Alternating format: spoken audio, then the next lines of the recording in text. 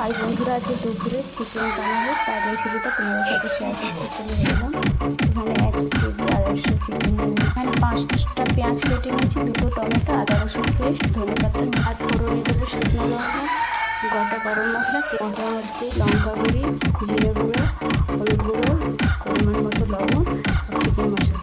এখানে মাংসের আলুটা ভেজে নিচ্ছিলাম, আলু ভাজার তেলে ফোড়নগুলো দিয়ে দেবো, পরে পেঁয়াজ দিয়ে দিলাম, পরিমাণ মতো লবণ দিয়ে দেবো। পেঁয়াজটা ভালো করে ভাজা হয়ে সেদ্ধ হয়ে পেঁয়াজ ভাজা হয়ে গেছে, আদা রসুন পেস্ট, তারপরে টমেটো কুচিটা দিয়ে দেবো। আদা রসুন টমেটোটা ভাজা হয়ে গেছে, এখানে গুঁড়ো মশলাগুলো দিয়ে দেবো। মশলাটা দিয়ে ভালো করে ভালো করে মশলাটা ভাজা হয়ে গেছে, চিকেনটা দিয়ে চিকেনটা কষানো হয়ে গেছে, আলুগুলো দিয়ে দেবো।